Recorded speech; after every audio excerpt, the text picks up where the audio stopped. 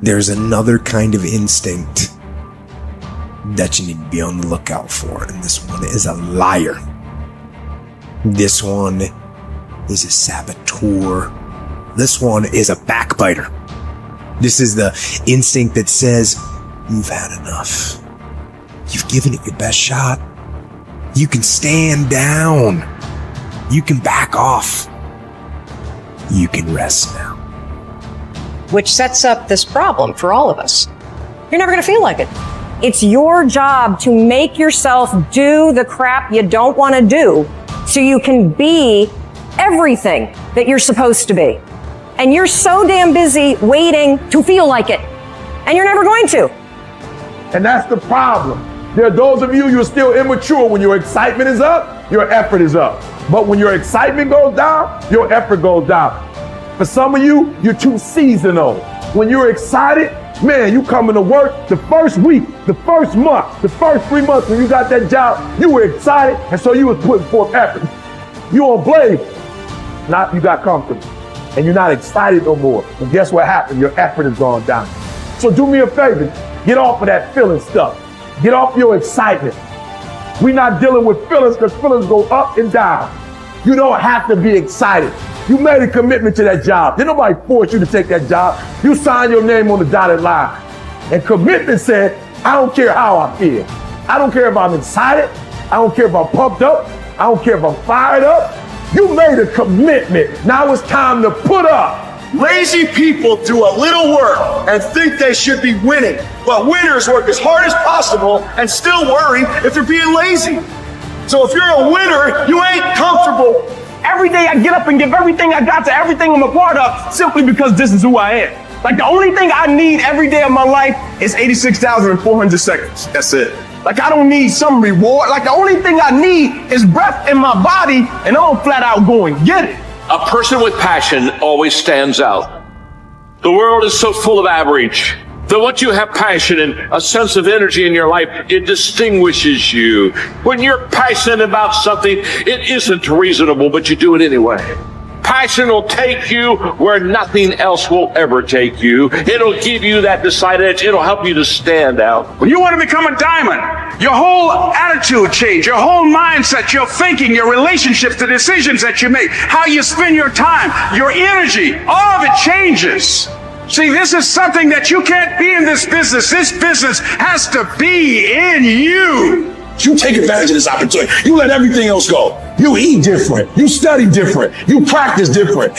You don't belong at the bottom, and it's time for you to get your butt from down there. It's time for you to stop being comfortable at the bottom. Get your butt up and get to where you're supposed to be. You are a royal priesthood. Get where you belong. Do what you're supposed to do. Live like you're supposed to live. Get better every day. Socrates didn't know much.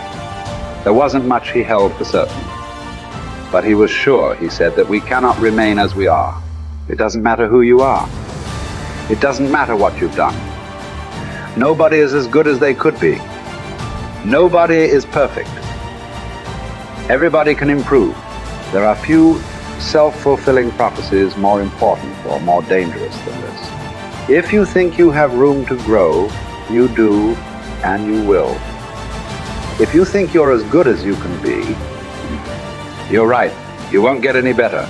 It has been said that Tom Brady, the greatest quarterback in history, the youngest and the oldest to win a Super Bowl, isn't obsessed with winning. That's not what he focuses on. He's obsessed with improving the accuracy of his touchdown passes in the fourth quarter. He's obsessed with getting a little bit faster at releasing the football. He's not willing to stay the same, even though that same is very consistently the best in the league. The process of getting better, that's his drug. That's the dragon he chases. That's how he is able to defy aging and all expectations. The Japanese word for this is kaizen. Continual improvement.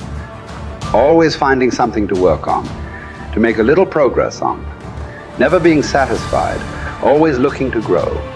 Revolution, transformation, that's what amateurs chase.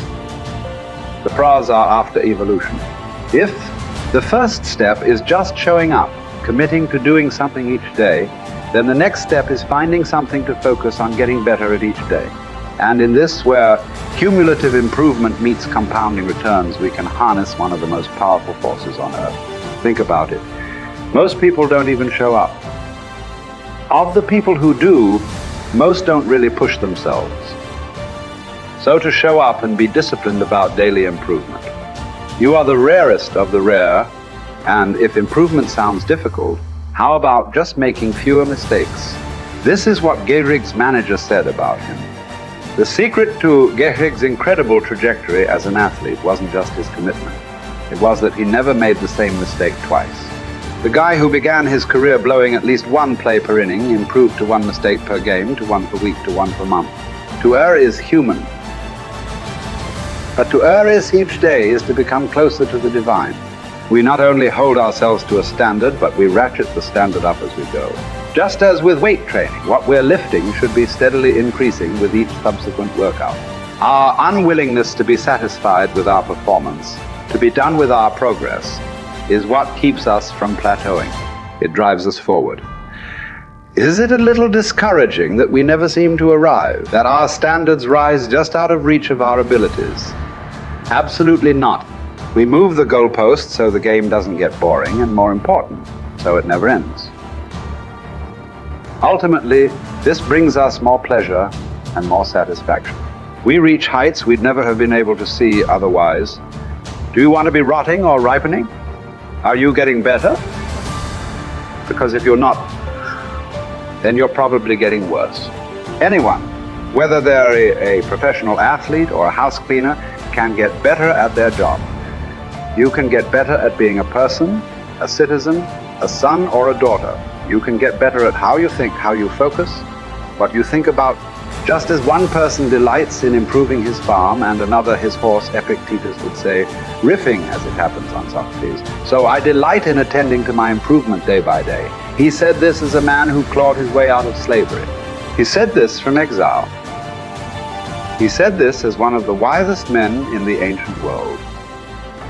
And still, he was focused on how he could get better every day.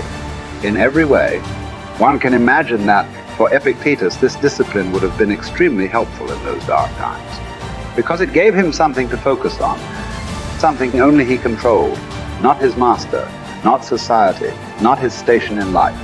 But this discipline is also helpful in the good times too, preventing one from getting too cocky or complacent. It doesn't matter what the scoreboard says, or the bank balance, or the sales figures, or the headlines. You know whether you're getting better or worse, whether you're making progress day to day. And if you are, wonderful. If you know there is room for improvement, also wonderful. Either way, your marching orders are the same. Come what may, success or failure, fame or misfortune. A focus on progress lets us look ourselves in the mirror with pride and ignore all the commotion in the background. It's the journey of a lifetime. In fact, that's the way to think about all of this. How much progress could you make if you made just a little each day over the course of an entire life? What might this journey look like? Where might it lead if each bit of progress you made presented both the opportunity and the obligation to make a little more progress, and you seized those opportunities, you lived up to those obligations each and every time? Will you choose to take this journey? Will you continue on, even when you've reached further than you ever thought you could go? Or will you stop there? Are you going to keep practicing? Or have you decided that this is good enough? That you're good enough? Will you remain as you are? Or become what you're capable of? Because once you stop getting better, there's only one direction to go. Do the best you can. The Emperor says in Marguerite Yourcenar's beautiful novel Memoirs of Hadrian, do it over again. Then still improve, even if ever so slightly, those retouches. It's a beautiful irony. You're never content with your progress, and yet you're always content. Because you're making progress. What does it mean to live an infinite life? Clearly, our lives are finite. We're born, we die, we come, we go. But life is infinite. The game of life will continue with us or without us. Which means every single one of us has a choice. We don't get to choose the nature of the game. Life is infinite. We don't even get to choose if we want to play in the game or not. Once you're born, you're in it. We get one choice. Do you want to play with a finite mindset, or do you want to play with an infinite mindset? To play with a finite mindset means waking up every day and saying, I'm going to be the best, I'm going to be better than everybody else, I'm going to accumulate more power, more responsibility, more money, whatever it is, whatever your metric is, I'm going to get more than anybody else. Me. And when you die, you take none of it with you. Or we can choose to live our lives with an infinite mindset, which means I'm going to leave this world, this school, in better shape than I found it. It means I'm going to devote my life to see that those around me rise. And we know that we're living with an infinite mindset because our obsession is seeing that we have an impact on the lives of the people around us. We've all had teachers, and some of you are those teachers, where 20 or 30 years from now, I can go to one of your students and say, you're a remarkable human being, you've accomplished so much in your life. How did you become the person you are today? And they will tell me your name. We all remember the teacher who believed in us. We all remember the teacher who had our backs. We all remember the teacher who saw something in us that nobody else saw. We've forgotten all the others, but we remember those couple. And that's what it means to live with an infinite mindset. It means we divert ourselves to that mindset for everyone in our lives. That other teachers will say that about us. Other principals will say that about us.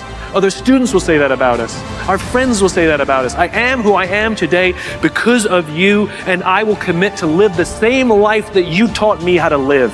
And you will literally live on beyond your own lifestyle, your own lifetime. That when you're gone, others will carry your work for you. This is what it means to live an infinite life, and it is just a choice. Nobody changes until they change their energy. When you change your energy, you change your life. It's the way it is. When you stop using your enemy to reaffirm your addiction to hatred, when you stop using your best friend to reaffirm your addiction to suffering, when you stop using your Facebook to reaffirm your addiction to insecurity, when you stop that whole process and you start going inward and you're no longer relying on those outer things that create those emotions, and you start creating those inner emotional states, you start changing your energy. Now, whatever is no longer a vibrational match between you and that past, present reality is going to fall away. Right. They're just going to spiral out. You're no longer putting your attention on them. In other words, the stronger the emotion you feel with some problem in your life, the more you give it your attention. Where you place your attention is where you place your energy. You're giving your power away, your life force. Lower the volumes of that emotion, you take your attention off that person, you're calling energy back to you. And you're building your own electromagnetic field. We've seen the evidence of that in many events, because when people start overcoming themselves, the first day, not always, but the energy of the room will drop. Why? Because they're drawing from the field to build their own field. Now when they build their own field the next day and the fields start interfering with the people next to them, whoop, the energy in the room just keeps going up. So now there's no longer a vibrational match between you and your coworker. Be prepared, because that old known thing is going to fall away because you're no longer emotionally and energetically connected to it. So then when you get in that state, it's not a time to try to put it back together, because at the same time these things are unraveling and they're moving towards chaos, and chaos is just unpredictable order. It's novelty, the newness of an experience that you can't predict is chaos. If you apply the formula, and all potentials in the quantum field exist as electromagnetic potentials. They are possibilities. When they begin to synchronize coherently, your brain and heart, you got a strong Wi-Fi signal, because now you're putting out a very laser coherent signal. When there's a synchronization between your energy and that potential that exists in the future, but it really exists in the present moment, because that's where they exist in the quantum. Now,